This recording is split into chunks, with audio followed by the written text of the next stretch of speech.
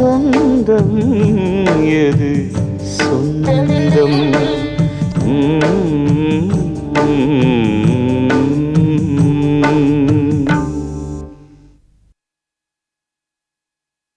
இங்க வந்ததுலேருந்து உங்க ஞாபகமாவே இருக்கு. ஹலோ, என்ன ஒன்றும் பேச மாட்டேங்கிறீங்க? நீங்க அந்த விஷயத்தை நம்புறீங்களா? ஹலோ ஹலோ,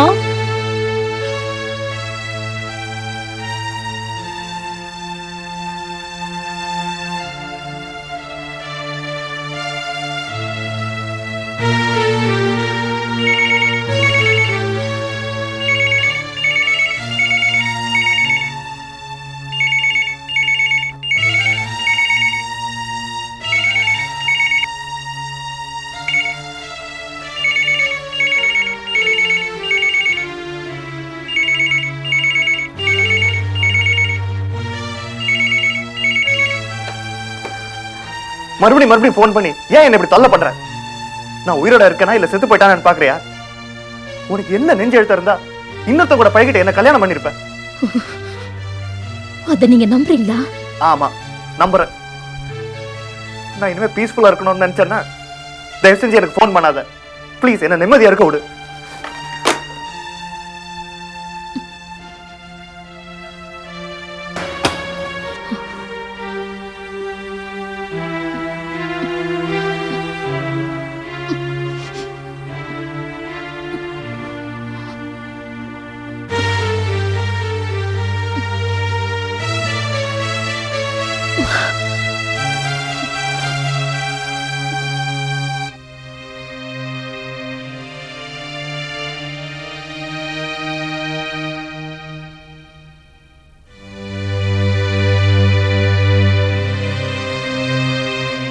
என்னங்க, ஏன் இவ்வளவு லேட்டு? எங்க போயிட்டு வரீங்க? ஹாஸ்பிட்டல்லேருந்து வரேன். இப்போ உங்க அத்தானுக்கு எப்படி இருக்குங்க? முதல்ல இருந்ததை விட இப்போ நிலைமை எவ்வளோ பரவாயில்ல. ஆனால் அக்கா தான் ஏதோ மனநோய் பிடிச்ச மாதிரி அகிலாவை கண்டபடி பேசிட்டு இருக்கிறா. ஐயோ, என்னாச்சு? அகிலாவும் அவங்க அப்பாவும் அத்தானை பார்க்க ஹாஸ்பிட்டலுக்கு வந்தாங்க. அக்கா இன்னும் மனசில் அந்த லெட்டர் விஷயத்தை ஞாபகத்தில் வச்சுக்கிட்டு கண்ணா பின்னான்னு அகிலாவை திட்டி 2 பேரும் கடைசி வரைக்கும் அத்தானை பார்க்க விடாமல் திருப்பி அனுப்பிச்சாச்சு. உங்க அக்கா ரொம்ப மோசங்க. புருஷன் வீட்டுக்கு போறதுக்கு முன்னாடி எந்த பொண்ணுமே அடுத்த ஆம்பளைய மனசால கூட நினைக்க கூடாதுன்னு சொன்னா உலகத்துல பாதி பெண்களுக்கு கல்யாணமே ஆகாதுங்க. பாவம் அகிலா தான் செய்யாத தப்புக்காக உங்க அக்கா கிட்ட வாங்கி கட்டிக்கிட்டு அவ வீட்டுல போய் உட்காந்துருக்கா. லட்சுமி, உனக்கு தெரியுது, எங்க அக்காவுக்கு தெரியலையே. கல்யாணமும் பண்ணியாச்சு, ஒன்னா சேர்ந்து வாழ்ந்தாச்சு. அவ வயித்துல ஒரு புள்ளைய கொடுத்துட்டு இப்போ வந்து சந்தேகப்பட்டா என்ன அர்த்தம்? ஏங்க, அந்த பொண்ணு அகிலா பார்த்தா தப்பு பண்ற பொண்ணு மாதிரியா தெரியுது? உங்க அக்காவுக்கு தான் காசு பணமும் கண்ணை மறைச்சிருச்சு. கட்டணவனுக்கு எங்க போச்சு புத்தி? சத்தியமா சொல்றேங்க, உங்க அக்கா பண்றது அந்த ஆண்டவனுக்கு அடுக்காது. நானா இருந்தா அந்த கௌரி சங்கர சரதான் போடான்னு சொல்லிட்டு வந்துருவேன். நீ செய்வ, ஆனா அகிலா அப்படி செய்ய மாட்டா. கௌரி இல்லைன்னா தூக்கு மாட்டி செத்துருவா. லட்சுமி, அகிலா கல்லானாலும் கணவன், புல்லானாலும் புருஷன் இருக்கிற டைப்பு. நாளைக்கு நம்ம பொண்ணு போய் அந்த வீட்டுல வாழணும், அதை நினைச்சு பாருங்க. எங்க அக்காவை நினைச்சேன் என் பொண்ணாங்க அனுப்பவே எனக்கு பயமா இருக்கு. ஏன்பா இப்படி பயந்து சாவறீங்க? உங்க அக்கா அகிலா அக்கா விரட்டின மாதிரி என்ன விரட்டினாங்க? வேப்பலை வச்சு பேய் விரட்டுற மாதிரி அவங்கள நான் விரட்டிடுவேன்.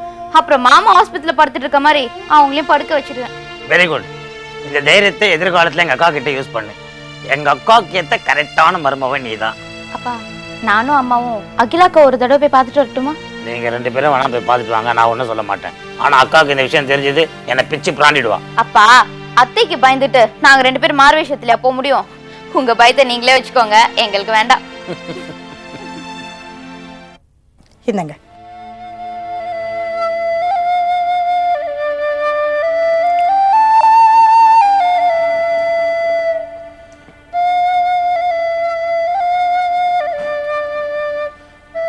கௌரி, என் டைரியில் வேத மாமியோட ஃபோன் நம்பர் குறித்து வச்சுருக்கேன். அது என்ன நம்பர் கொஞ்சம் பார்த்து சொல்லு. என்னங்க ஆரம்பிச்சிட்டிங்களா? அவங்களால தானே நம்ம குடும்பத்துக்கே நிம்மதி இல்லாமல் போச்சு. மறுபடியும் அவங்கள பற்றி பேச ஆரம்பிச்சிட்டிங்க. இதுக்கு தான் சொன்னேன், ஆஸ்பத்திரியே இன்னும் 2 நாள் ரெஸ்ட் எடுத்துகிட்டு வாங்கன்னு. நீங்கள் தான் கேட்க மாட்டேன்றீங்க. நாளைக்கு உங்களுக்கு ஏதாவது ஒன்றுன்னா உட்காந்து அழறவோ நான் ஒருத்தியாக தான் இருப்பேன். அப்பா, நான் கடைக்கு போயிட்டு வரேன். கொஞ்சம் இரு கௌரி, நானும் வரேன். என்னப்பா இது? டாக்டர் உங்களை குறைஞ்சது 3 மாசமா தான் நல்ல ரெஸ்ட் எடுக்க சொல்லியிருக்காரு. நீங்க அதுக்குள்ள கடைக்கு வரேன்றீங்க. இல்லை கௌரி, படுக்கையில் படுத்த படுத்த முதுகெல்லாம் புண்ணாகுது. கொஞ்சம் கடைக்கு வந்தால் மனசு கொஞ்சம் நிம்மதியாக இருக்கும். அதான். சொன்னா கேளுங்கப்பா, இந்த டைம்ல நீங்க கொஞ்சம் ரெஸ்ட் எடுக்கணும். லலிதா, உன்னை யார் உள்ள விட்டது? உன் தங்கையால இவர் ஹாஸ்பிட்டலுக்கு போனாரு. இப்போ உன்னால நான் போகணுமா? ஐயோ அத்தை, நான் சொல்றத கொஞ்சம் கேளுங்க. நீ ஒன்னும் சொல்ல வேணாம். உன் தங்கைக்கு இங்க சொந்தம் இல்லைன்னு ஆனதுக்கு அப்புறம் உனக்கு என்ன புதுசா சொந்தம்? போ வெளியே. ஜானகி, ஏன் கத்துறீங்க? இப்பதானே ஹாஸ்பிட்டல் இருந்து வந்தீங்க.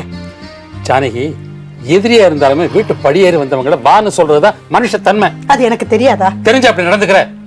லலிதா, நீ உட்காருமா. பரவாயில்ல மாமா, நான் இந்த குடும்பத்துல எந்த உறவும் கொண்டாட வரல. என் தங்க அகிலா பரிசுத்தமானவ, அதை சொல்லத்தான் வந்தேன். சரி, சொல்லிட்டேல, போய்கிட்டே இரு. அத்தை, நான் சொல்றத கொஞ்சம் பொறுமையா கேளுங்க. என் தங்க மேல எந்த தவறும் இல்ல. அவ நிஜமாவே பரிசுத்தமானவ. இத பாரு லலிதா, லவ் லெட்டர் எழுதுறது, கல்யாணம் நின்னு போனது, இதையெல்லாம் உன் தங்கச்சியே உண்மையான ஒத்துக்கிட்டா. இப்ப நீ என்னமோ வந்து என் தங்கச்சி பரிசுத்தமானவோ என் தங்கச்சி பரிசுத்தமானவோன்னு தேஞ்சு போன ரெக்கார்ட் மாதிரி சொல்லிட்டு இருக்க. அத்தை, நடந்ததெல்லாம் உண்மைதான். ஆனா இந்த சம்பவங்களுக்கும் அகிலாவுக்கும் எந்த சம்பந்தமும் இல்ல. நீ என்ன சொல்ற? பட்டம்பி அகிலாவை விரும்பியிருப்பான் போல இருக்கு. அவன் எல்லாருமே கழுத்து போடுவான். அப்படி ஒரு பழக்கம். வாசுக்குனா லவ் லெட்டர் எழுதுனா என்ன உளறீங்க? நாங்கள் 2 பேரும் ரொம்ப தெளிவாக இருக்கோம் அகிலா. நம்ப மாட்டேல்ல? வாசுக்கு நீ எழுதின லவ் லெட்டரை பார்க்குறியா?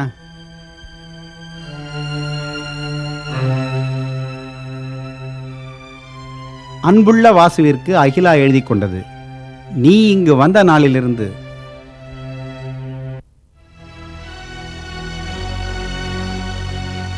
டே வாசு, நீ இவ்வளவு பெரிய கிரிமினலா இருப்ப நான் கொஞ்சம் கூட எதிர்பார்க்கலடா. இந்த கையத்தை பார்த்து சொல்றியா? இதெல்லாம் ரொம்ப சிம்பிள் அகிலா. நீ இந்த மாதம் பட்ஜெட் போகிற பாரு, அது அப்புறம் இந்த சந்திரா சுரேஷுக்கெல்லாம் ஹோம் ஒர்க் சொல்லிக்கிறியே அந்த நோட் புக்கு, இதில் இருக்கிற உன் கையெழுத்தெல்லாம் பார்த்துட்டு அப்படியே எழுதினேன். உன் கையெழுத்து மாதிரி ஒத்து போச்சுல? ராஸ்கல். ஆண்டவனோட பார்வை எங்கள் குடும்பத்து மேலே விழுந்திருக்குமா, அதான் எல்லாம் நல்லபடியாக நடந்துட்டு வருது. என்னவோ சார், இவ்வளவு நாள் எனக்கு கல்யாணம் பண்ணிக்கிற எண்ணமே இல்லாமல் இருந்தது. அகிலாவை பார்த்தேன், அடுத்த நிமிஷமே எல்லாம் எனக்கு மறந்து போச்சு. நான் போய் ஜாதகம் குறிச்சிட்டு வந்துடுறேன். இருமா, நான் எடுத்துட்டு வரேன்.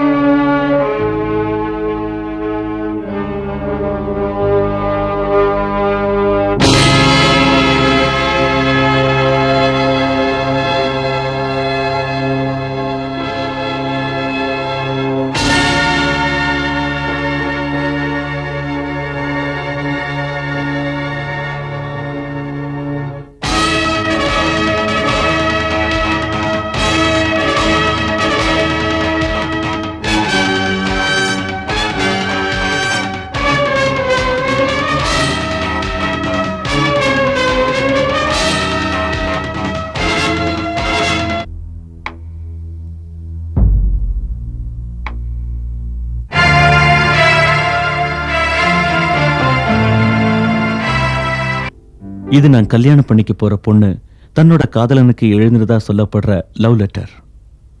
அந்த பொண்ணோட கையாலேயே காலையில நான் எழுதி வாங்கிட்டு வந்த லெட்டர் இது. ரெண்டுமே ஒரே ஆளோட கையெழுத்து மாதிரி தெரிஞ்சாலும் எனக்கு என்னமோ அந்த பொண்ணு மேல சந்தேகம் வரல சார்.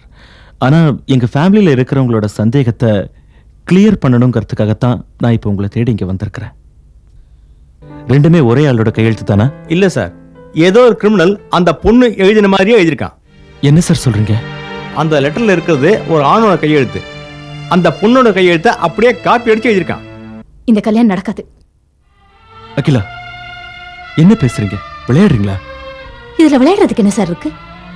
இங்க பாருங்க, இங்க பட்டம்பின்னு ஒருத்தர் வந்தது உண்மை. நான் எழுதின மாதிரி அவன் கைப்பட லெட்டர் எழுதி என்ன மிரட்டினது உண்மை. இந்த லெட்டர் நீங்க பார்த்த உடனே இது உங்களுக்கு எவ்வளவு பெரிய அதிர்ச்சியை ஏற்படுத்திருக்கும்ன்றது என்னால புரிஞ்சுக்க முடியுது. தான் கல்யாணம் பண்ணிக்க போற பொண்ணு இன்னொரு ஆணை விரும்பி அவனுக்கு லவ் லெட்டர் எழுதிருக்கா அப்படிங்கிறது எந்த ஆணையுமே நெருடக்கூடிய ஒரு விஷயம் தான். அதுக்காக இந்த விஷயத்தை நீங்க எப்படி அணுக போற சரியில்லை சார். நீங்க இந்த லெட்டர் பார்த்த உடனே என்ன பண்ணிருக்கணும்? என்னது இது எந்த அளவுக்கு உண்மை நீங்க என்கிட்ட கேட்டிருந்தீங்கன்னா அது உங்க பெருத்தன்மையை காட்டியிருக்கோம். நானும் அதுக்கு விளக்கம் சொல்லியிருப்பேன். ஆனா நீங்க இதை கொண்டு போய் எவனோ ஒரு அந்நிய மனுஷக்கிட்ட காட்டி 2 கையெழுத்து ஒன்னா கேட்டு வந்தீங்க சொல்றீங்க. இது நான் ரொம்ப காயப்படுத்திருச்சு சார். நாளைக்கு நம்ம 2 பேருக்கு கல்யாணம் ஆனோம்னா மறுபடியும் நீங்க என்ன சந்தேகப்பட மாட்டீங்கன்னு என்ன நிச்சயம்? இதே மாதிரி வேற ஒருத்தனை தேடி போய் என்னை பத்தி கேட்க மாட்டீங்கன்னு என்ன சார் நிச்சயம்? வேண்டாம் சார், இது நரகம். இப்படி ஒரு வாழ்க்கை என்னால வாழ முடியாது. இந்த கல்யாணம் வேண்டாம், தயவு செஞ்சு நிறுத்திடுவோம். அகிலா, சார், ஒரு கேன்சர் வியாதி உள்ளவனை கல்யாணம் பண்ணிட்டு கூட சந்தோஷமா வாழலாம் சார். ஆனா ஒரு சந்தேக வியாதி உள்ளவனோட வாழ முடியாது. ப்ளீஸ் போயிட்டு வாங்க. நான் தெரியாத காலத்துல பண்ண தப்பு என் தங்கியோட வாழ்க்கையை இவ்வளவு தூரத்துக்கு பாதிக்கும்னு நான் நினைக்கல. இதை நீ முன்னாடியே சொல்லியிருக்கலாமே. இவ்வளவு நடந்ததுக்கு அப்புறம் சொன்னா யாரால நம்ப முடியும்? ஐயோ, நான் சொல்றதில்ல, சுவாமி மேல சத்தியமா. அகிலாவுக்கு இதை பத்தி எதுவுமே தெரியாது. அவளோட வாழ்க்கை பாதிக்க கூடாதுன்னு நான் இவ்வளவு தூரத்துக்கு வந்து சொல்றேன். அகிலாவை தயவு செய்து தள்ளி வச்சிடாதீங்க, அதவ தாங்க மாட்டா. நீ சொல்றது இங்க யாரும் நம்புறதுக்கு தயாரா இல்லை. ஐயோ, நான் என்ன சொல்லி உங்களை புரிய வைக்கிறதுன்னு எனக்கு தெரியலையே. சரி, நான் சொல்றத நம்ப வேணாம். நான் வணங்குற கடவுளை விட, என் புருஷனை விட, என் வயத்துல பிறந்த இந்த குழந்தைய நான் மேல நினைக்கிறேன். அகிலாக்கு எதுவுமே தெரியாதுமா, நான் சொல்றதெல்லாம் உண்மை.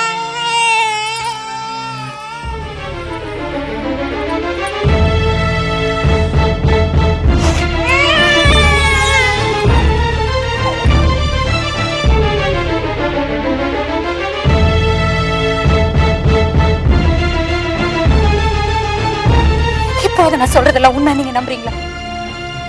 நான் சொல்லதான உண்மையா இருந்தா இந்த குழந்தை எனக்கு கிடைக்கட்டும், இல்லைன்னா கடவுள் விருப்பம் எப்படி அப்படியே நடக்கட்டும்.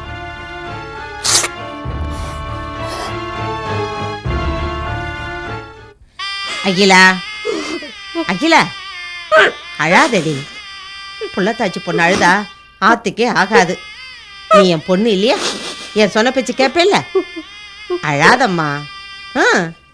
குழந்தை போட்டு தாண்டதுக்கு எப்படி மம்மி மனசு வந்துச்சு? இல்ல அகிலா, ஏற்கனவே என்னால உன் கல்யாணம் நின்று போயிருக்கு. மறுபடியும் என்னால உனக்கு எந்த பிரச்சனையும் வரக்கூடாதுன்னு தான் நான் இப்படி பண்ணினேன். நீ குழந்தை போட்டு தாண்டி தான் எனக்கு ஒரு வாழ்க்கை கிடைக்கணும். அப்படிப்பட்ட வாழ்க்கை எனக்கு வேண்டாம். அகிலா, நீ ஏன் திருதுப்புன்னு இப்படி பண்ணின? யாரோ ஏதோ சொன்னா உனக்கு புத்தி எங்க போச்சு? இப்படி பண்ணிவிட்டியே. சே, ஏன் தான் புள்ளதாச்சு போனேன் இப்படி எல்லாம் படுத்துறாலோ தெரியல. அவளும் 4 குழந்தைய பெத்தவ தானே, கொஞ்சம் கூட ஈவரக்கலாம இருக்காளே. புருஷன் பொண்டாட்டி சண்டைனா நாம போய் பேசி சமாதானம் பண்ணி வைக்கலாம். இப்படி ஒரு பூகம்பத்தை கிளப்பி விட்டுருக்காங்களே, நாம என்ன பண்ண முடியும்? ஏற்கனவே அகிலாவை பார்த்தா அவங்க மாமியாருக்கு பிடிக்காது. இந்த நேரத்தில் சம்மந்தி வேற உடம்பு முடியாமல் படுத்திருக்காரு. அதுதான் அவங்களுக்கு ரொம்ப வசதியாக போயிடுச்சு. யாரை சொல்லி என்ன பிரயோஜனம் சாரதா? நமக்கு நேரம் சரியில்லை, சோதனை மேலே சோதனையாக வந்துக்கிட்டு இருக்கு. கடவுள் விட்டபடி போக வேண்டியதுதான்.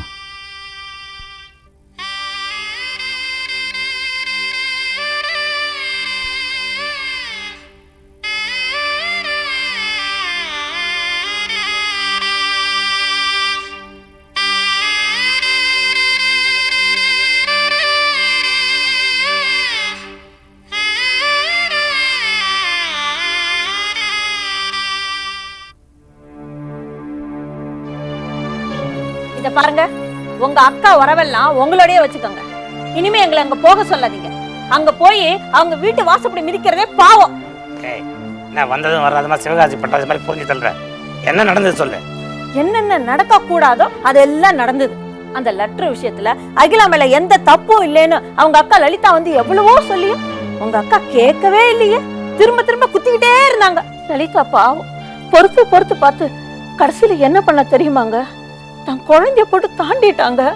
அகிலா மேல எந்த தப்பும் இல்லைன்னா என் குழந்தை எனக்கு உயிரோட கிடைக்கட்டும், இல்லைன்னா செத்து போகட்டும்னு சொல்லி குழந்தைய தாண்டிட்டான். எந்த தாயும் செய்யக்கூடாத ஒரு காரியத்தை செஞ்சு அகிலா மேல எந்த தப்பு இல்லைன்னு நிரூபிச்சுட்டாங்க. உங்க அக்காலாம் பொம்பளையா? அவ அந்த குழந்தை போட்டு தாண்டதை பார்த்ததும் வாய் விட்டு அழுதுட்டேங்க. அப்ப கூட உங்க அக்கா கல்லு மாதிரி நின்னுகிட்டே தான் இருந்தாங்க. ஒரு பொம்பளையா பிறந்தும் அவங்க மனசுல கொஞ்சம் கூட ஈவிரக்கமே இல்லையே. நானும் என்னமோ ஏதோ நினைச்சேன்ப்பா. ஆனா எனக்கு பிரபா கிடைக்கலன்னா கூட பரவாயில்ல, உங்க அக்காக்கு மருமகளா போக எனக்கு விருப்பம் இல்ல. இல்லம்மா, எங்க அக்காவை அடக்க யாராவது ஒருத்தர் பிறந்திருக்கணும்ல, அது நீதான். நீதான் எங்க அக்காவை அடக்கணும். மாமியார் மிஞ்சின மருமகள் பேர் எடுக்கணும். இந்த கணேசன் பொண்ணு எப்பேற்பட்டவன்றதை நிரூபிச்சு காட்டணும். என்னையா கேக்குது? ஒண்ணுமே புரியல. என்னையா? உங்களை பார்க்க ஒரு அம்மா வந்திருக்காங்க. அம்மாவா? என் சம்சாரம் வாங்க போதியா? விட்டுட்டு பரவடும் போது தரார் பண்ண இவங்கிட்ட. ஐயோ, அவங்கள பார்த்தா பெரிய இடமா தெரியுது சார். பெரிய இடமா? அப்ப சம்சாரமே இல்லது. வர சொல்லு. யாரா இருப்பாங்க?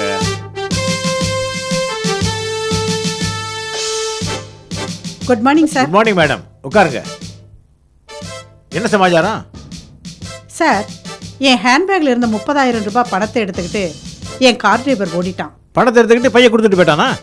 இது வேற ஹேண்ட்பேக்.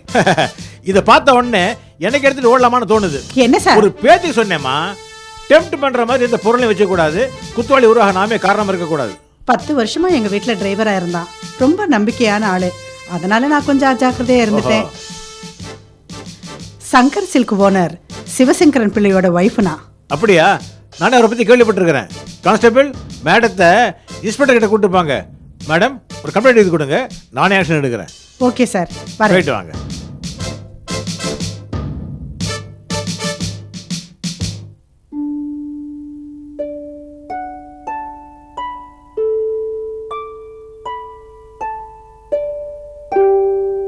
நமஸ்தே குமாரசாமி சாப்.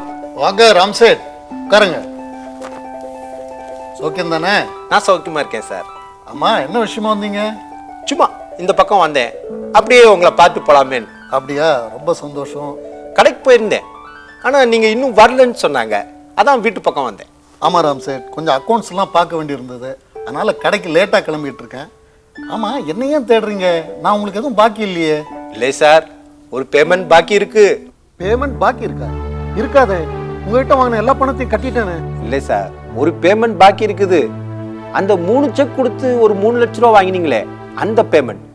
அதுக்கு முன்னாடி வாங்கினதை கொடுத்துட்டீங்க, பின்னாடி வாங்கினதும் கொடுத்துட்டீங்க. இந்த பேமெண்ட் நிக்குது. அதுக்கு வட்டியும் தரல, அசலும் தரல. உங்க கணக்கு பிள்ளைகிட்ட நான் 2-3 தடவை கேட்டாச்சு. 2 நாளைக்கு முன்னாடி கூட உங்க கணக்கு பிள்ளை முதலாளி வந்ததும் திருப்பி கொடுத்துருவாருன்னு சொன்னாரு. ஆனா நீங்க வந்தும் வட்டியும் தரல, அசலும் தரல. 2 நாளைக்கு முன்னாடியா? 2 நாளைக்கு முன்னாடி தான் சம்பளம் அதிகமா கேட்டாருன்னு கணக்கு பிள்ளைய வேலையை விட்டு நிறுத்தினேன். நீங்க சொன்னா நம்ப மாட்டீங்க சார். இத பாருங்க. நீங்க 3 லட்சம் ரூபாய் வாங்கினதுக்கு கொடுத்து விட்ட 3 செக். இது நீங்க கொடுத்த செக் தானே? செக் என்னோட தான், ஆனா இதுல இருக்கிற கையெழுத்து என்னோடது இல்லையே. கையெழுத்து உங்களோடது இல்லையா? என்ன சார் இது வேடிக்கையா இருக்குது? உங்களுக்கு எப்ப பணம் தேவைப்பட்டாலும் செக்ல கையெழுத்து போட்டு உங்க கணக்கு பிள்ளைகிட்ட கொடுத்து விடுவீங்க, நான் உடனே பணம் கொடுத்துருவேன். இப்ப செக்ல இருக்கிற கையெழுத்து உங்களோடது இல்லைன்னா என்ன சார் பண்றது? இல்ல சார், இதுல ஏதோ மோசடி நடந்திருக்கு. அப்ப நான் மோசடி பண்ணிட்டேன்னு சொல்றீங்களா? குமாரசாமி சாப், ஏற்கனவே உங்க பேர் மார்க்கெட்ல ரொம்ப கெட்டு கிடக்குது. இன்னும் ஏன் சார் இப்படி ஃப்ராட் பண்றீங்க? யார பார்த்து ஃப்ராடுங்க? இது என் கையெழுத்து இல்லைங்கிற, திரும்ப திரும்ப ஃப்ராடுங்க. உன்னால ஆனது பாத்துக்க பயா. யோ குமாரசாமி, உன்னை கோர்ட்டுக்கு இழுத்து உன் மானத்தை வாங்குறேங்க இல்லையான்னு பாரு.